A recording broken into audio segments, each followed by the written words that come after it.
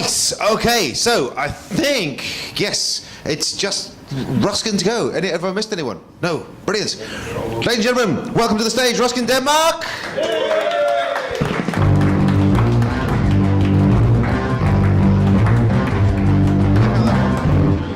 Right, hello.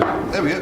The reason we're both on stage is because we're going to do a little bit of an on-stage interview. There we go. Now this is new stuff, new stuff. Because Ruskin has just been back from New York. I have.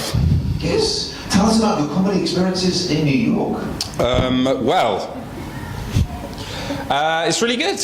Hey! That was Ruskin's comedy experiences in New York. No. So, did you get as many clubs? I did a couple of nights. I tell you the thing about comedy in New York, the main difference about comedy in New York is everyone before you and after you has been on MTV, Fox, toured the East Coast, and is hosting a TV show soon. And then it's you. And they go, and here's Ruskin Denmark. And you go, hey! But then you got the accent, and that still does work. Still does work.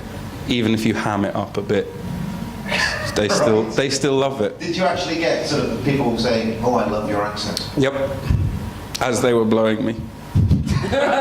Multiple people. No, just in general. It's sort of, you just see their faces lift a bit when you talk. I mean, that might just be rose-tinted spectacles. Right. They're required for on-stage comedy. Having a rosy outlook when there's a room full of silent people right now. Did you arrange the gigs before you went, or did you? Yeah. So I know a few like comics here who have come over from there, and they kind of put me in touch with people. It's like a lot more of a high pressure. Like I was going to do way more gigs than I did, but there's loads of gigs out there where you have to pay for stage time. That's a standard thing, like. Pay $5 so you can do 5 minutes. Yeah, fuck that, right? Yeah, absolutely. I know. I mean, we've got bringers here, and that's tough enough sometimes. You like get your friend, you're like, come see me do my dick or labia jokes, and they're sick of it, right? But there you have to like pay and bring and buy a drink. This one night, he was like, yeah, come, we've got this comic from Last Comic Standing. It's like a reality comedian show. And he was like, I was like, oh, that sounds cool. Okay, fine. He was like, okay, so it's a $20 door, bring 5 people, 2 drink minimum. I was like, wow. That's visiting. Yeah. But he said it like it was, yeah, that's the standard. There's a little part of my brain going, 20, 40, yeah. 80. Yes. No, it's inappropriate.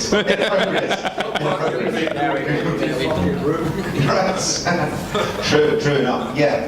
No, I'm always slightly embarrassed when I get many of you came early and flying for the show, and I'm always slightly embarrassed that it's pretty freezing out there, and I'm saying, I'll go there. But it works. I think a lot of comedians are happy about that system. You don't have to drag someone down. That's great. You can just fly her, and I mean, it's a lot less pressure than trying to bring 5 people. 5 people is...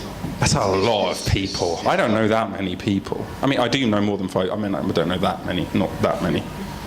I was talking to a guy online about the Edinburgh Preview thing, and he reckons for 20 minutes to half an hour, he can really, if he squeezes it, imagine get 3 people to come. Right. Yeah. He's London-based.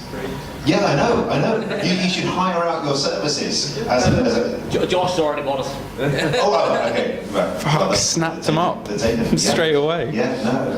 Did you find the American acts slightly formulaic? Was there a definite... No, they were all quite different. It was sort of similar to here. You get people doing different things. Yeah, a lot of labia material. There wasn't any one-liner dudes, which is a shame. Obviously, that's always nice to break up the rhythm of everything. It was a lot of... There we go. 2 one-liners. Worth every penny, John. There was a lot more high-energy acts, I'd say, and a lot more like heckling. Really? A lot of just being expected. Yeah, there we go. See, I don't know how to respond. There was a lot, but not like you suck. I mean, one guy who was the guy whose night it was, actually. So the Alistair of the evening was plastered. And he went on about 6th or 7th, totally wasted. Got this amazing intro, obviously. This guy's been on MTV, you know, all the rest of it. He comes on stage, he's like a bit like wobbly, starts to do some material, abandons the material, starts to attack some of the people that I've brought. And it's like, you look brown, where are you from? My friend was like, I'm half Peruvian, half Italian. And he was like, well, you look Middle Eastern, what's you got in your bag, a bomb? So obviously these are sinking, these are lead balloons, right? The room doesn't like it. So there's just silence, and my friend goes, cluck, cluck. And everyone's butthole just clenched. There was more silence, and the guy on stage was like, my other friend was like, have you prepared any material? He was like, no. So the MC was kind of like going, you know, like, your time's up. He was like, no, I'm going to stay here for a bit more. You. And eventually he had to be stopped mid-sentence. The MC was just like, Ryan DeGallas, everyone! Just walked on stage.